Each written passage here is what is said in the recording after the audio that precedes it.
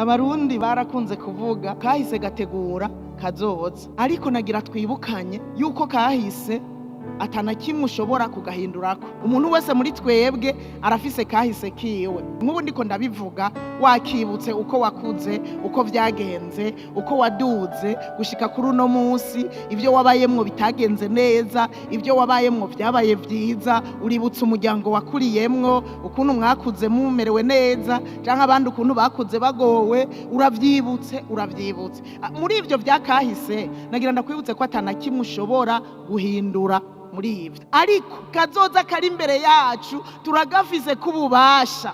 Hari ico dushobora gukora kuri kazoza kari imbere yacu kugira ngo ivyacu bigende neza, bizogende neza ku bwacu no ku bw'abacu bose. Kazoza rero kubera ariko dufise kububasha cane, nidushira umutima rero kuri kahise gose ngo tugashire ku mutima, tukiyumvire ko tutangure kwiyumvira ngo burya ngo vyagenze uku, tuje mu vyo kubabara, ngo ndibutse ukuntu bamfashe nabi, ngo ndibutse ukuntu nakuze ntafise abavyeyi, ngo ndibutse ukuntu abandi bobo barahiriwe bakuze.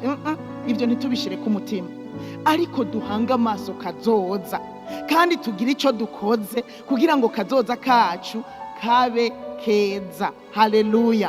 Kazobe keza ku bwacu ariko no ku bwabo tuzovyara. Haleluya! Kandi ukurunganwe ruzogenda rukurikira urundi. Haleluya! Akahise nivyo nagira ndabibutse yuko kagira ingaruka kuri kazoza.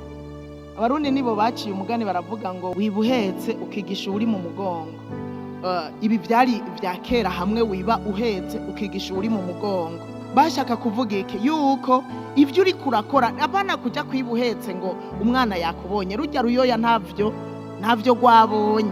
Wagiye gusambana urafise umwana uhetse wasize muhira, urya mwana ntavyo yamenye, ntiyamenye ivyabaye. Sico bashaka kuvuga, ariko bashaka kuvuga ngo ivyo uri kurakora uno musi bizogira ingaruka ku bana ufise. Hari igihe rero kahise kagira ingaruka kuri kazoza kacu.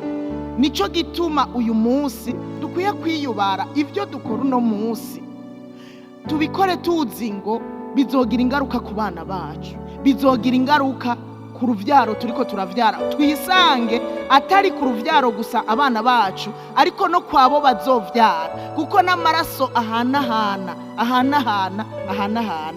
Imana idufashe cyane. Kahise gategura kazoza. Ivyo twaciyemwo ari igihe umunsi wosanga biriko biragira ingaruka ku buzima bwacu